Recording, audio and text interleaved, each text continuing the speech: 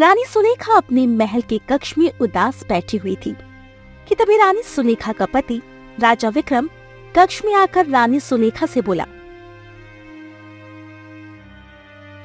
इस तरह से उदास क्यों बैठी हो सुलेखा? शायद मेरी किस्मत में हंसना लिखा ही नहीं है। इस तरह की बात क्यों कर रही हो? हमारे विवाह को 10 वर्ष हो चुके हैं, मगर अभी तक मैं आपको ना ही कोई पुत्र दे पाई और ना ही कोई पुत्री। रानी सुलेखा की बात सुनकर राजा विक्रम गहरी सोच में डूबते हुए बोला, मैं तुमसे इसी सिलसिले में बात करने के लिए आया था सुलेखा। महाराज, मैं आपकी बात का मतलब नहीं समझी।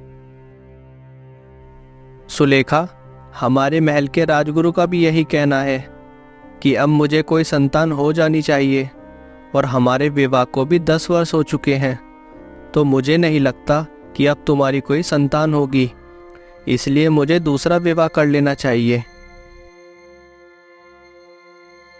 राजा विक्रम की बात सुनकर रानी सुलेखा उदास होकर राजा विक्रम की ओर देखकर बोली,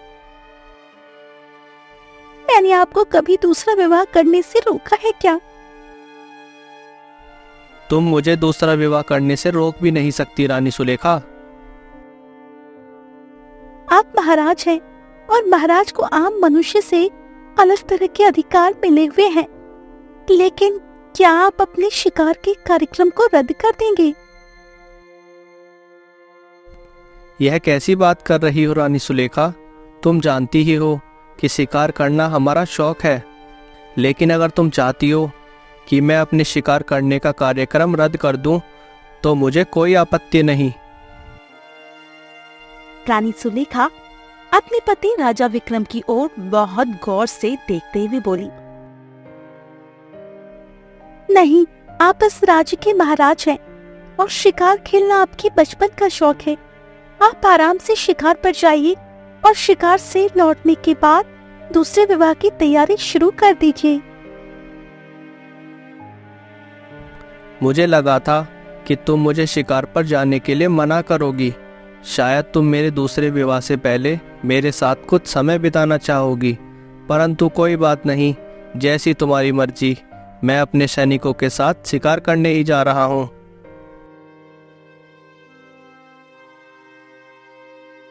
इतना बोलकर राजा विक्रम अपने कक्ष से बाहर निकल गया और सीधा महल के दरबार में पहुंच गया, जहां पर राजगुरु उनका ही इंतजार कर रहे थे। राजगुरु, मैंने रानी सुलेखा को बता दिया है कि मैं दूसरा विवाह करूंगा और मुझे विश्वास है कि मेरी दूसरी पत्नी से एक पुत्र ही होगा जो भविष्य में मेरे राज्य को संभालेगा। फिलहाल मैं जंगल में कुछ दिनों के लिए शिकार पर जा रहा हूँ। शिकार से लौटने के बाद मैं दूसरे विवाह की तैयारी करूँगा। अपने माता पिता की रहस्यमय मौत के बाद मैं आपको ही अपने माता पिता के समान समझता हूँ, इसीलिए मैं अपने लिए दूसरी पत्नी ढूंढने का अधिकार भी आपको देता हूँ। मेरे लौटने से पहले आप आस पड़ोस के राज्य की कोई सुंदर रानी मेरे लिए देख कर रखिएगा। महाराज, राज्य के हालत इस समय सही नहीं चल रहे। आप जानते ही हैं कि पड़ोसी राज्य के राजा हमारे जयगढ़ राज्य पर हमला करने की योजना बना रहे हैं। इस समय आपका शिकार पर जाना ठीक नहीं है। राजा विक्रम गंभीरता से राजगुरु की ओर देखकर बोला, राजगुरु, आप हमेशा से मेरे पीछे राज्य को संभालते आए हैं। इस बार भी राज्य को आप ही संभालेंगे। मुझे विश्वास है अगर कोई दूसरा राज्य मेरे राज्य पर हमला भी कर देगा, तब भी आप बड़ी आसानी से सेना को संभालकर उसे धूल चटा देंगे। इतना बोलकर राजा विक्रम 2 सैनिकों के साथ शिकार के लिए निकल पड़ा। राजा विक्रम सुबह से लेकर शाम तक शिकार के लिए भटकता रहा, मगर उसे कोई भी शिकार नहीं मिला। राजा विक्रम अपने घोड़े से उतरकर एक तालाब के किनारे बैठ गया। तभी एक सैनिक राजा विक्रम से बोला, महाराज, मुझे लगता है कि हमें वापस चलना चाहिए। तुम जानते हो सैनिक कि मैं आज तक कभी भी खाली हाथ महल वापस नहीं गया। जंगल में होने के बावजूद अगर मैं किसी जानवर का शिकार नहीं कर पाया तो फिर मेरे राजा होने का क्या फायदा। आपकी बात सही है महाराज, लेकिन आपने शायद ध्यान नहीं दिया। हम सब जंगल के काफी अंदर निकल आए हैं और यहाँ पर राजगुरु ने आने के लिए मना किया हुआ है महाराज। सैनिक की बात सुनकर राजा विक्रम चौंकता हुआ बोला, बात तो तुम सही कह रहे हो। एक बात और है जो तुम दोनों सैनिकों ने नहीं सोची। कौन सी बात महाराज? अभी तक मुझे इस जंगल में एक भी शिकार क्यों नहीं दिखाई दिया? ऐसा आज से पहले कभी नहीं हुआ। राजा विक्रम ने इतना कहा ही था कि तभी उन तीनों के कानों में एक शेर की दहाड़ की आवाज टकराई, जिससे पूरा जंगल थर्रा उठा। राजा विक्रम तुरंत उठकर बैठ गया और बेहद फुर्ती से चील जैसी नजर से इधर उधर देखने लगा। तभी एक सैनिक आहिस्ता से राजा विक्रम की ओर देखकर बोला, महाराज, वहाँ सामने देखिए, झाड़ियों के पीछे कोई शेर छुपा हुआ है।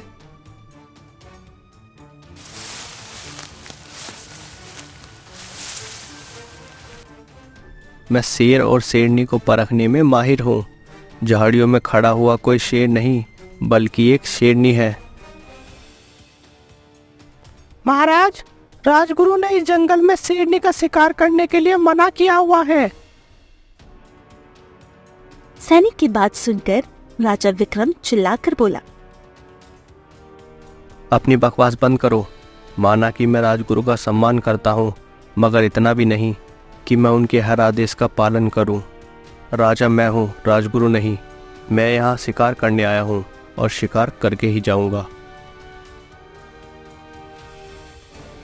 इतना बोलकर राजा विक्रम ने अपने धनुष में तीर चढ़ाकर सीधे उस शेरनी के ऊपर वार कर दिया। अचानक एक चीख के साथ वो शेरनी वहीं पर गिरकर ढेर हो गई। राजा विक्रम अपने दोनों सैनिकों के साथ दौड़ता हुआ शेरनी के नजदीक चले गए। तभी अचानक राजा विक्रम और उसके दोनों सैनिकों को अपने सामने का सब कुछ घूमता हुआ सा महसूस होने लगा। वो तीनों बेहोशी की गहराइयों में समा गए। कुछ समय बाद राजा विक्रम ने देखा कि उसके दोनों सैनिक मृत अवस्था में झाड़ियों में पड़े हुए थे। राजा विक्रम अपने दोनों सैनिकों के शव को देखकर आश्चर्य से बोला, इन दोनों की हालत तो ऐसी लग रही है मानो किसी जंगली जानवर ने इन दोनों को चीर फाड़ कर रख दिया हो। अजीब बात है, बेहोश तो मैं भी था, मुझे कुछ क्यों नहीं हुआ। तभी राजा विक्रम ने देखा जिस शेरनी का शिकार उसने किया था वो वहां से गायब थी। अजीब बात है, जिस शेरनी का मैंने शिकार किया था वह शेरनी कहाँ है? तभी राजा विक्रम की नजर ठीक सामने तालाब पर चली गई। राजा विक्रम ने देखा कि उस तालाब के किनारे एक बेहद सुंदर कन्या बैठी हुई राजा को ही घूर रही थी। राजा विक्रम उस सुंदर कन्या के करीब जाकर बोला, कौन हो तुम और इस जंगल में क्या कर रही हो? मेरा नाम जानकी है, मैं जंगल में ही रहती हूँ। जंगल में रहती हो? तुम्हारे माता पिता कहाँ हैं? वो सब छोड़ो, वो तो अच्छा है कि मैं यहाँ पर समय पर आ गई, नहीं तो शेर तुम्हें भी चीर फाड़ कर खा जाता। तुम कहना क्या चाहती हो? पहले यहाँ से चलो, वो शेर अभी भी यहीं आसपास टहल रहा है, हम दोनों की जान खतरे में है। जानकी राजा विक्रम को वहां से घनी झाड़ियां से ले जाते हुए जंगल में बनी एक झोपड़ी के अंदर ले गई। राजा विक्रम उस झोपड़ी को गौर से देखते हुए बोला, अजीब बात है, तुम इस जंगल में अकेली रहती हो? तुम्हें डर नहीं लगता? कुछ समय पहले मेरे माता पिता भी मेरे साथ रहा करते थे, लेकिन वो दोनों कुछ समय पहले ही चल बसे। इसीलिए मैं इस जंगल में अकेली रहती हूँ और मुझे इस जंगल से प्यार है, क्योंकि ये जंगल मेरा घर है। तुम जानती हो मैं कौन हूँ? जिस तरह के वस्त्र तुम पहने हुए हो, उससे तुम कोई साधारण मनुष्य तो नहीं लगते। तुम जरूर किसी राजसी घराने के मालूम पड़ते हो।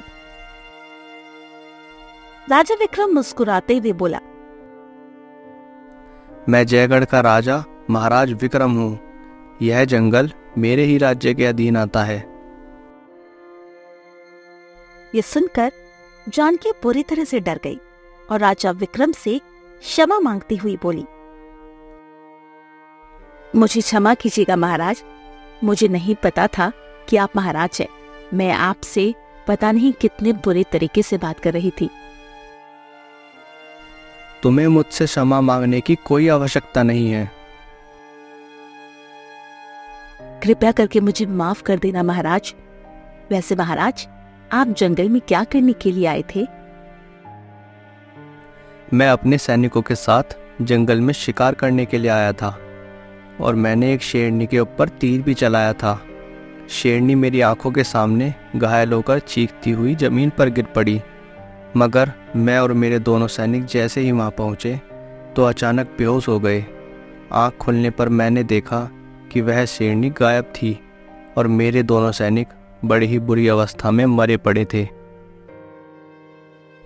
अजीब बात थी महाराज। जब मैं उस स्थान पर आई तब मैंने केवल आपको बेहोश देखा था और एक शेरनी को आपके ऊपर आपको बुरी तरह से घूरते देखा था। ये सुनकर राजा विक्रम चौंकते हुए बोला, तो क्या उस समय मेरे सैनिक जीवित थे? नहीं महाराज, जब मैं उस स्थान पर पहुंची तो आपके दोनों सैनिक मर चुके थे। केवल आप ही बेहोश पड़े हुए थे और वो शेरनी आपको बुरी तरह से घूरी जा रही थी। तभी मैं हाथ में जलती हुई मशाल लेकर वहां पर पहुंच गई। शेर और शेरनी आग से बहुत डरते हैं ना महाराज, इसीलिए वो आग से डरकर भाग गई। उसके भागते ही मैं तालाब के किनारे बैठ गई और तभी अचानक आपको होश आ गया। राजा विक्रम मंत्रमुग्ध अवस्था में जानकी को बात करते हुए देखे जा रहा था। सच तो ये था कि वो पहले ही नजर में जानकी की सुंदरता पर मर मिटा था। अचानक राजा विक्रम जानकी की ओर देखकर बोला, मैं शिकार से लौटने के बाद दूसरा विवाह करने ही वाला था, लेकिन तुम्हें देखकर मैंने यह निश्चित कर लिया है कि मैं तुमसे ही विवाह करूंगा। क्या तुम मुझसे विवाह करोगी? ये सुनकर जानकी शर्माती हुई बोली, मैं जंगल में अकेली रहती हूँ। एक राजा की पत्नी बनना सबसे बड़े सम्मान की बात होती है। इससे ज्यादा मुझे और क्या चाहिए। मैं तैयार हूँ महाराज, मैं आपसे शादी करूंगी।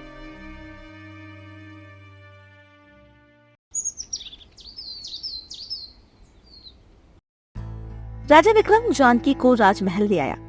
राजमहल में राजा विक्रम के साथ सुंदर स्त्री को देखकर उसकी पत्नी सुलेखा चौंकते हुए बोली, आप तो जंगल में शिकार करने 2 सैनिकों के साथ गए थे, वो कहाँ है और ये सुंदर लड़की कौन है? फिर राजा विक्रम अपनी पत्नी सुलेखा को सारी घटना बताते हैं। सुलेखा, अगर यह सुंदर कन्या नहीं होती तो वह शेरनी मुझे मार कर खा जाती। महाराज, आप इस राज्य के राजा हैं और आप एक साधारण कन्या से विवाह कैसे कर सकते हैं, और वो भी जंगलों में रहने वाली मामूली सी लड़की से? तभी राजा विक्रम क्रोधित होकर अपनी पत्नी सुलेखा से बोला, अपनी जुबान को लगाम दो रानी सुलेखा। तुम्हारे सामने जो सुंदर कन्या खड़ी हुई है वह मेरी पत्नी बनने वाली है, और यह मत भूलो जब मैंने तुमसे विवाह किया था तुम भी एक साधारण लड़की थी, तुम कोई राजकुमारी नहीं थी। और तुम्हारे लिए आश्चर्य की बात यह है कि तुम भी जंगल की सीमा में रहती थी। इतना बोलकर राजा विक्रम जानकी को लेकर वहां से चला गया। अगले दिन जानकी का विवाह राजा विक्रम से धूमधाम से संपन्न हो गया। समय ऐसे ही बीतता रहा। 1 वर्ष के बाद जानकी ने एक सुंदर पुत्र को जन्म दिया। सुंदर पुत्र की सूचना पाकर राजा विक्रम प्रसन्न होते हुए राजगुरु की ओर देखकर बोला, आज तो बहुत खुशी का मौका है राजगुरु। सारे राज्य में ऐलान करवा दो कि मैं कुछ ही समय में सारे राज्य की शाही दावत कराऊंगा। राजगुरु गंभीर लहजे में राजा विक्रम की ओर देखकर बोले, महाराज, मुझे भी आपके पुत्र होने पर खुशी है, परंतु मैं देख रहा हूँ जब से आपने दूसरा विवाह किया है तब से आपका ध्यान राज्य की ओर बहुत ही कम हो गया है। आप कहना क्या चाहते हैं राजगुरु? साफ साफ बोलिए। महाराज, पिछले 1 वर्ष से राज्य में रहस्यमय तरीके से हत्याएं हो रही हैं। ये सुनकर राजा विक्रम बुरी तरह से चौंकते हुए बोला, अगर ऐसी बात थी तो आपने मुझे यह पहले क्यों नहीं बताया? जरा याद कीजिए महाराज, आप 1 वर्ष से राज दरबार में बैठे ही नहीं हैं और ना ही आपने प्रजा की कोई गुहार सुनी है, तो मैं आपको कैसे बताता? आप चिंता मत कीजिए राजगुरु, मैं कल ही एक महत्वपूर्ण बैठक बुलाऊंगा और उसमें हम इस गंभीर मुद्दे की चर्चा करेंगे। इतना बोलकर राजा विक्रम वहां से चला गया। आधी रात के समय राजा विक्रम अपने कक्ष में गहरी नींद में सो रहा था कि तभी अचानक उस कक्ष के अंदर काला धुआं फैलने लगा। अगले ही पल राजा विक्रम के कानों में अपने पुत्र की चीख टकराई। राजा विक्रम जैसे ही उठकर बैठा तो सामने एक दृश्य देखकर उसकी आंखें फटी की फटी रह गई। राजा विक्रम ने देखा उसके सामने एक भयानक औरत खड़ी हुई उसे घूर रही थी और उसका पुत्र जमीन पर मृत अवस्था में पड़ा हुआ था। उसकी पत्नी जानकी गायब थी। अचानक वो भयानक औरत काले धुएं में परिवर्तित होकर वहां से गायब हो गई। उसके गायब होते ही राजा विक्रम के कक्ष का दरवाजा खुल गया। राजा विक्रम ने देखा उसकी पत्नी जानकी फटी फटी आंखों से अपने 1 दिन के मृत पुत्र को देख रही थी। अगले दिन राजा विक्रम अपने महल के दरबार में अपने सिंहासन पर बैठकर राजगुरु से बोला, राजकुमार केवल 1 ही दिन के थे और उनकी हत्या कर दी गई। मैंने स्वयं अपनी आंखों से एक बड़ी ही भयानक औरत को देखा जो बड़ी ही फुर्ती से काले धुएं में परिवर्तित होकर गायब हो गई और उसके अगले ही क्षण रानी जानकी कक्ष में आई। यह बहुत गंभीर विषय है महाराज। इससे पहले राज्य में रहस्यमय तरीके से हत्याएं हो रही थी, मगर अब तो राजकुमार की भी हत्या हो गई। हमें चुप बैठने की बजाय कोई ना कोई समस्या खोजनी होगी। मेरी कुछ भी समझ में नहीं आ रहा। आखिर मैं क्या करूं? मैं किसी इंसान का तो मुकाबला कर सकता हूं, लेकिन किसी चुड़ैल या पिशाचनी का मुकाबला मैं नहीं कर सकता। आप इस समस्या का कुछ समाधान निकालिए राजगुरु। महाराज, मैं एक साधु को जानता हूं, लेकिन वो किसी के बुलाने से नहीं आते। वो सिर्फ उसी के बुलाने से आते हैं जिस व्यक्ति को उनसे कोई कार्य हो, या फिर चाहे वो मनुष्य हो या कोई राजा। मैं खुद चलकर उन साधु महाराज के पास जाऊंगा। आप बताइए वो मुझे कहाँ मिलेंगे? महल से कुछ ही दूरी पर घने जंगल के बीच एक बेहद ही प्राचीन पीपल का पेड़ है। वह हमेशा उसके नीचे ही बैठकर तपस्या में लीन रहते हैं। राजा विक्रम उसी समय पीपल के वृक्ष के पास चला गया। उसने देखा एक साधु आंखें बंद किए हुए बैठे थे। अचानक वो आंखें खोलकर राजा विक्रम की ओर देखकर बोले, तुमने आने में बहुत देर कर दी राजन। काश तुम कुछ वर्ष पहले आ जाते तो इतना कुछ नहीं होता।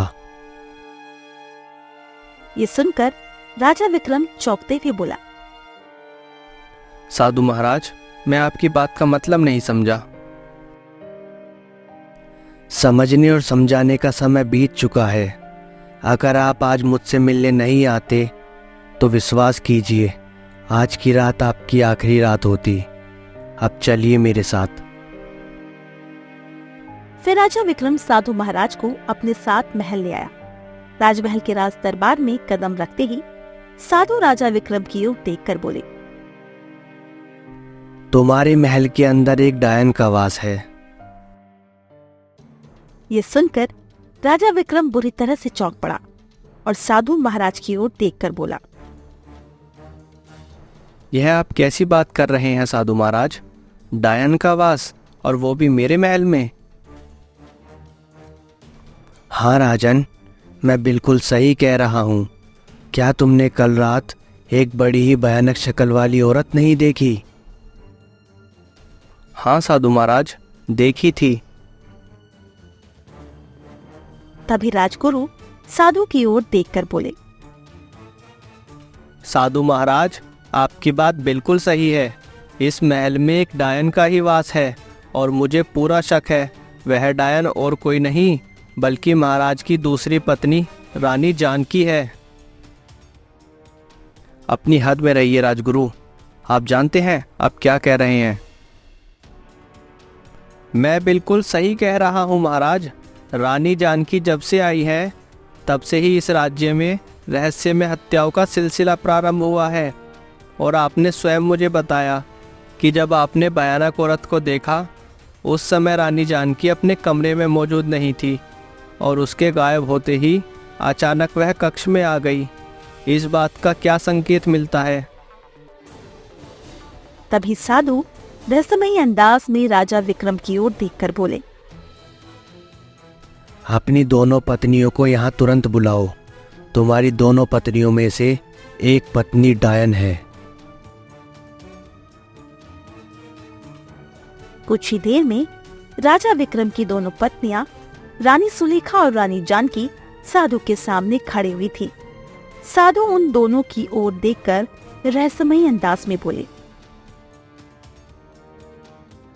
तुम में से कोई भी डायन हो तो वह मुझे अभी बता दे। अगर मैं स्वयं बताऊंगा तो फिर जलाकर भस्म कर दूंगा। आप ही कैसी बातें कर रहे हैं साधु महाराज? अपनी हद में रहिए। तभी साधु महाराज चीखते हुए राजा विक्रम से बोले,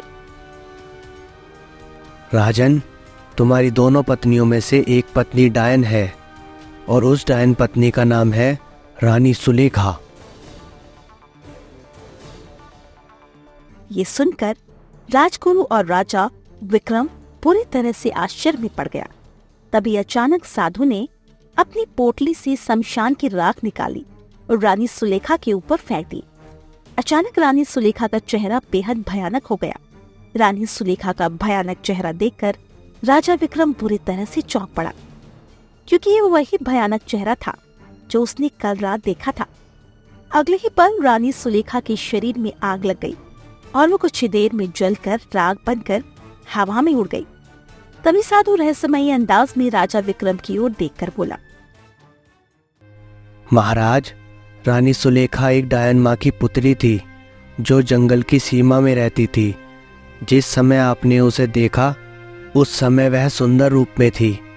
आपकी डायन पत्नी को पहली ही नज़र में आपसे प्रेम हो गया था और आप भी उसके प्रेम के जाल में फंस गए थे और आप उसे पत्नी बनाकर अपने महल में ले आए, लेकिन दुर्भाग्य से उसकी कोई संतान नहीं हुई।